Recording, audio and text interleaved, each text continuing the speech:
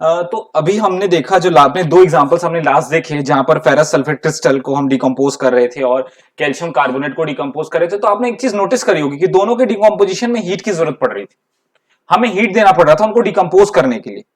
ठीक है, अब यहां पर अगर आप ध्यान देंगे तो जब भी कोई डिकम्पोजिशन रिएक्शन हीटिंग की वजह से होता है, हीट देने की वजह से होता है, जब भी कोई कंपाउंड हीट देने की वजह से डिकम्पोज होता है तो ऐसे डिकम्पोजिशन को थर्मल डिकम्पोजिशन कहते हैं।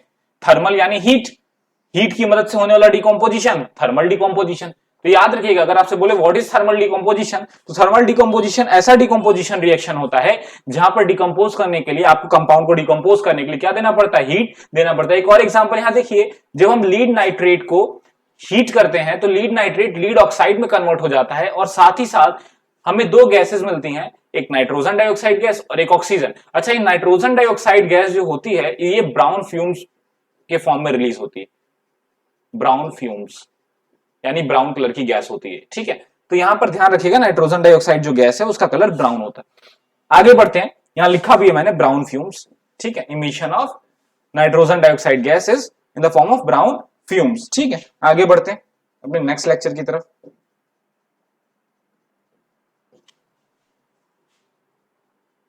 अब यहां पर ध्यान दीजिएगा, यहां पर अभी हमने हीट की वजह से डिकम्पोजिशन रिएक्शन को देखा, अब हम इलेक्ट्रिसिटी की वजह से डिकम्पोजिशन रिएक्शन को देखेंगे। यहां पर बेसिकली एक एक्टिविटी है एनसीईआरटी की जहां पर उन्होंने पूरा बताया है कि कैसे आपको क्या करना है, वाटर को डिकम्पोज करना है। आपको क्या लेना है, आपको एक बीकर लेना है, उस बीकर में आपको दो इलेक्ट्रोड सेट करने हैं और उन दोनों इलेक्ट्रोड्स को रबर स्टॉपर की मदद से सेट करना है। ठीक है, रबर स्टॉपर क्या करेगा, यहां से लीकेज वगैरह नहीं होने देगा वाटर का। ठीक है, तो होल करके आपको इलेक्ट्रोड को सेट करना है, क्योंकि होल नहीं करोगे तो यहां से फिर कनेक्ट कैसे करोगे बैटरी को, है ना, होल होगा तभी तो वायर कनेक्ट होगी इलेक्ट्रोड से। तो यहां होल करोगे तो होल करने की वजह से आपको रबर स्टॉपर लगाना पड़ेगा ताकि वाटर वगैरह लीक ना। ठीक है, सपोर्ट मिले एक तरीके से इलेक्ट्रोड्स को कनेक्शन देने के लिए। तो ये इलेक्ट्रोड्स आपके मेटल रोड्स के भी हो सकते हैं, ग्रेफाइट रॉड का भी हो सकता है। ठीक है, ग्रेफाइट रॉड का भी हो सकता है, ग्रेफाइट रॉड का भी हो सकता है। अच्छा, अब यहां पर क्या है, यहां पर आपके बैटरी के दो टर्मिनल्स हैं, एक पॉजिटिव टर्मिनल तो दूसरा निगेटिव टर्मिनल। तो बैटरी के पॉजिटिव टर्मिनल से जिस इलेक्ट्रोड को आप कनेक्ट करते हो उसको बोलते हैं एनोड। क्या बोलते हैं, एनोड। लिखा है वहां पर, मैं लिख देता हूं, बैटरी के पॉजिटिव टर्मिनल से आप जिस इलेक्ट्रोड को कनेक्ट करते हो उसको बोलते हैं एनोड, और बैटरी के निगेटिव टर्मिनल से आप जिस इलेक्ट्रोड को कनेक्ट करते हो उसको बोलते हैं कैथोड। क्या बोलते हैं, कैथोड बोलते हैं। ठीक है, आपने क्या करना है, आपको इलेक्ट्रोड सेट कर देना है, बैटरी से कनेक्ट कर देना है।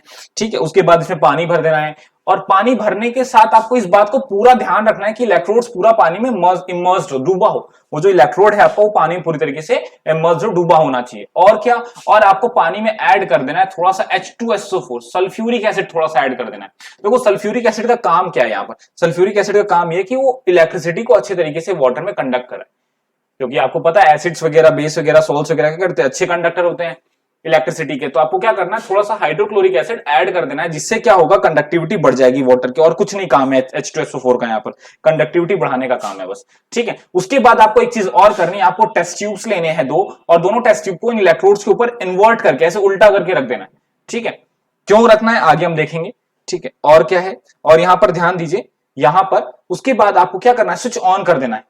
जब आप स्विच ऑन करोगे इतना सब कुछ करने के बाद, तो आप देखोगे कि आपको एक एक एक टेस्ट ट्यूब में आपको ज्यादा बबल्स दिखाई देंगे एज कंपेयर टू दूसरा टेस्ट ट्यूब। यहां पर थोड़ा सा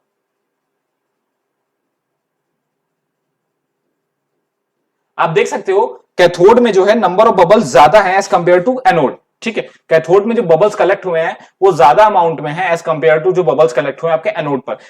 तो यहां बबल्स बने क्यों, बबल्स का फॉर्मेशन क्यों हुआ, और यहां पर कैथोड पे जो बबल्स बन रहे हैं वो ज्यादा क्यों बन रहे हैं, एनोड पर बबल्स जो बन रहे हैं वो कम क्यों बन रहे हैं, इन सारे क्वेश्चंस का आंसर यहां आप ऐसे समझो, जैसे ही आप वाटर में इलेक्ट्रिसिटी पास कराते हैं, जैसे ही आप वाटर में आप इलेक्ट्रिसिटी पास कराते हैं, ये हमारा वाटर है, जैसे ही वाटर में आप क्या करते हैं, आप इलेक्ट्रिसिटी को पास कराते हैं। सेकंड में कहीं और लिख देता हूं, यहां पर मुझे लग रहा है ये रिएक्शन विजिबल नहीं होगी आप सब लोगों को, तो मैं लिख देता हूं, जैसे ही वाटर में आप इलेक्ट्रिसिटी को पास कराते हैं,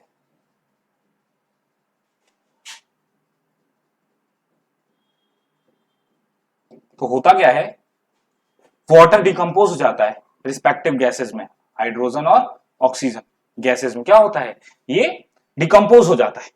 ठीक है, तो यहां पर जो बबल्स बन रहे हैं, एक एनोड पर आपका जो बबल बन रहा है, वो एनोड पर जो बबल बन रहा है वो ऑक्सीजन की वजह से बन रहा है, और जो कैथोड पे बबल्स बन रहे हैं वो हाइड्रोजन गैस की वजह, वो हाइड्रोजन गैस के बबल्स हैं, ठीक है। अब क्वेश्चन ये आता है कि बबल्स क्यों बन रही है, तो समझ गए क्योंकि वाटर का डिकम्पोजिशन हो रहा है। जो कैथोड है, कैथोड पर जो बबल्स का फॉर्मेशन है वो आपका हाइड्रोजन गैस का बबल है, वहीं आपका जो एनोड है वहां पर जो बबल का फॉर्मेशन हो रहा है वो ऑक्सीजन गैस की वजह से हो रहा है। अच्छा, कैथोड पर हाइड्रोजन ही क्यों है, एनोड पर ऑक्सीजन क्यों, तो मैं आपको बता दूं, हाइड्रोजन इलेक्ट्रो पॉजिटिव नेचर का होता है, इलेक्ट्रो पॉजिटिव नेचर का, तो हमेशा पॉजिटिव निगेटिव की तरफ अट्रैक्ट होता है। तो क्योंकि ये पॉजिटिव नेचर का होता है हाइड्रोजन, इलेक्ट्रो पॉजिटिव नेचर, तो ये कैथोड की तरफ अट्रैक्ट होता है। किस तरफ अट्रैक्ट होता है ये हाइड्रोजन? कैथोड की तरफ, या फिर जो भी हाइड्रोजन गैस जो भी कैथोड के पास बनती है वो कैथोड पे ही रह जाती है, बाकी ऑक्सीजन गैस किस तरफ जाने की कोशिश करती है? एनोड की तरफ जाने की कोशिश करती है। नेक्स्ट वही जो आपका ऑक्सीजन होता है वो आपका इलेक्ट्रो निगेटिव नेचर का होता है, क्योंकि ये निगेटिव नेचर का है तो पॉजिटिव की तरफ अट्रैक्टेड होता है, तो इसलिए कहां जाता है? एनोड पर जाने की कोशिश करता है। अब यहां पर ध्यान दीजिएगा, अभी ये क्वेश्चन बैलेंस नहीं है, ये इनकम्प्लीट इंफॉर्मेशन दे रहा है। जब हम इसको बैलेंस करेंगे तो बैलेंस करने के बाद 2H2O will gives 2H2 molecules and 1 O2 molecules. तो जब हमने इसको बैलेंस किया तो हमने देखा कि जब दो वाटर मॉलिक्यूल्स टूटेंगे, डिकम्पोज होंगे, तो दो वाटर मॉलिक्यूल के डिकम्पोज होने से हमें हाइड्रोजन गैस के दो मॉलिक्यूल्स मिलने वाले हैं और ऑक्सीजन गैस का एक ही मॉलिक्यूल मिलने वाला है।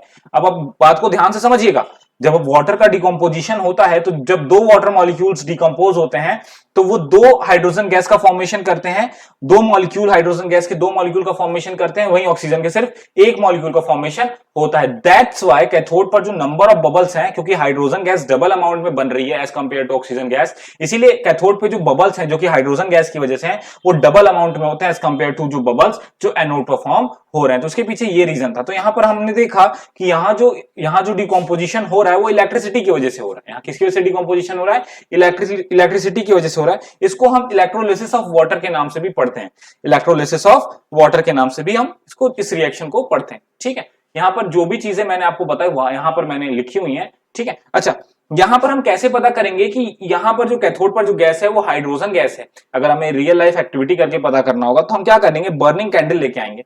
हम क्या करेंगे, बर्निंग कैंडल लेकर के आएंगे टेस्ट ट्यूब के पास, और टेस्ट ट्यूब को हटाते ही जब बर्निंग कैंडल होगी उसके पास जैसे ही बबल्स पहुंचेंगे तो पॉप साउंड करके वो बर्स्ट हो जाएंगे। वो जो बबल्स बने हुए हैं हाइड्रोजन गैस के कैथोड पर, जब उनको आप कैंडल के पास ले आओगे तो वो बबल्स क्या करेंगे, वो पॉप साउंड करके बर्स्ट हो जाएंगे। जब भी बबल्स पॉप साउंड करके बर्स्ट हो, समझ जाओ कि वो जो गैस की वो जो बबल्स जो बने हैं वो किस गैस के बबल्स हैं? वो हाइड्रोजन गैस के बबल्स हैं। अच्छा, अगर ऑक्सीजन गैस के बबल्स का पता करना है तो आप जब बर्निंग कैंडल उस एनोड के पास लेकर के आओगे तो होगा क्या, वो कैंडल और तेजी से बर्न होने लगेगी, और ज्यादा ब्राइटली बर्न होना शुरू हो जाएगी, क्योंकि ऑक्सीजन की सप्लाई उसको अच्छी खासी मिलने लगेगी। क्योंकि एनोड के पास क्या है, ढेर सारी ऑक्सीजन गैस है, तो वहां पर ऑक्सीजन की सप्लाई अच्छी मिलने की वजह से कैंडल बहुत ज्यादा ब्राइट बर्न होना शुरू हो जाएगी। तो इससे हमें पता चल जाएगा कि हमारा एनोड पर कौन सी गैस प्रेजेंट है, ऑक्सीजन गैस प्रेजेंट है, ठीक है। तो ये जो हमारा था इलेक्ट्रोलिसिस ऑफ वाटर, या फिर decomposition of water through electricity. अब हम अपने नेक्स्ट डिकम्पोजिशन रिएक्शन की तरफ अगर देखें, अगर हम चलें,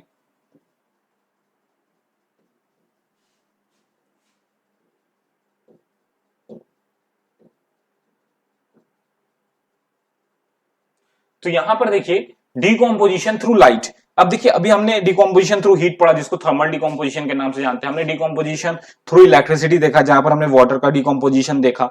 अब हम बात करेंगे डिकम्पोजिशन थ्रू लाइट, लाइट के थ्रू डिकम्पोजिशन। तो सिल्वर क्लोराइड एक ऐसा कंपाउंड है, ठीक है, ये व्हाइट कलर का कंपाउंड होता है। बेसिकली किस कलर का कंपाउंड होता है? ये व्हाइट कलर का कंपाउंड होता है, ये व्हाइट कलर का कंपाउंड होता है। इस कंपाउंड को जब आप सनलाइट में रख दोगे तो सनलाइट में रखने से क्या होगा, ये व्हाइट कलर का कंपाउंड ग्रे कलर में कन्वर्ट हो जाएगा। किस में कन्वर्ट हो जाएगा? ग्रे कलर में कन्वर्ट हो जाएगा।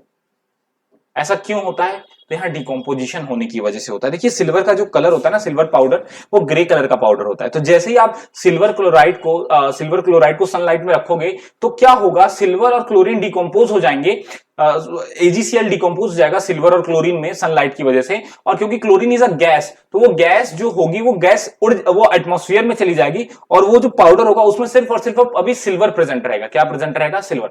अब क्योंकि वाटर में जब सिल्वर जो कंपाउंड था वो सिल्वर क्लोराइड का था, तो इसलिए वो व्हाइट कलर का था, लेकिन अब सिर्फ और सिर्फ सिल्वर बचा है वहां पर, तो उसका कलर क्या हो जाएगा, व्हाइट से ग्रे में कन्वर्ट हो जाएगा। तो यहाँ पर डिकम्पोजिशन हो रहा है, यहाँ सिल्वर क्लोराइड का डिकम्पोजिशन हो रहा है, किसकी मदद से हो रहा है, लाइट की मदद से हो रहा है, सनलाइट की मदद से हो रहा है। वहीं ऐसे ही एग्जैक्टली सिल्वर ब्रोमाइड के साथ भी होता है। सिल्वर ब्रोमाइड जो होती है, जब आप उसको सनलाइट में रखते हो तो होता क्या है, उसमें भी सिल्वर ब्रोमाइड जो है सनलाइट की प्रेजेंस में सिल्वर और ब्रोमीन में क्या होता है, डिकम्पोज हो जाता है। आप देख सकते हैं यहाँ एक चाइना डिश ली हुई है, इसमें रखा गया है सिल्वर क्लोराइड, इसका कलर अभी व्हाइट था, इस चाइना डिश में रखे कंपाउंड का कलर अभी व्हाइट था, लेकिन जैसे ही सनलाइट पड़ती है तो कुछ देर बाद इसका कलर ग्रे हो जाता है। तो ग्रे क्यों होता है, क्योंकि जो क्लोरीन था वो क्लोरीन क्या हो चुका है, क्लोरीन रिलीज हो चुका है, क्लोरीन गैस के फॉर्म में रिलीज हो चुका है। अब क्या बचा है यहाँ पर सिर्फ सिल्वर बचा हुआ है, तो सिल्वर की वजह से यहाँ पर बचा हुआ है सिर्फ सिल्वर, तो सिल्वर होने की वजह से ये जो कलर होगा वो क्या कैसा आपको अपीयर होगा, वो आपको ग्रे अपीयर होगा। सेम सिल्वर ब्रोमाइड में भी होता है कि सिल्वर ब्रोमाइड को जब आप सनलाइट में रखते हो तो होता क्या है, सिल्वर ब्रोमाइड भी सिल्वर और ब्रोमीन में टूट जाता है। अच्छा, ये जो दोनों रिएक्शंस है ना,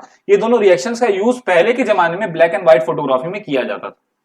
जो ब्लैक एंड व्हाइट फोटोग्राफी होती थी पहले, वहां पर इस रिएक्शन की मदद से फोटोग्राफी की जाती थी। ठीक है, तो आपसे पूछा जा सकता है right the reaction used in the black and white photography, ऐसे आपसे पूछा जा सकता है। एग्जाम में मैक्सिमम टाइम क्वेश्चन आपसे क्या पूछता है, आपसे बोलता है कि डिकम्पोजिशन रिएक्शन के एग्जांपल दो, एक एग्जांपल हीट के थ्रू दो डिकम्पोजिशन का, एक एग्जांपल इलेक्ट्रिसिटी के थ्रू दो और एक एग्जांपल लाइट के थ्रू दो। ऐसा क्वेश्चन मैक्सिमम टाइम पूछा गया एग्जाम में। ठीक है, तो इस तरीके से हमने अपने डिकम्पोजिशन रिएक्शन को कवर कर लिया। अब हम आगे जो लेक्चर लेंगे उसमें हम एंडोथर्मिक रिएक्शन के बारे में थोड़ा सा बात करेंगे, और साथ ही साथ हम डिस्प्लेसमेंट रिएक्शन और डबल डिस्प्लेसमेंट, इन तीनों रिएक्शंस को हम एक साथ पढ़ेंगे, और साथ ही साथ प्रेसिपिटेशन रिएक्शन भी हम उसमें देखेंगे।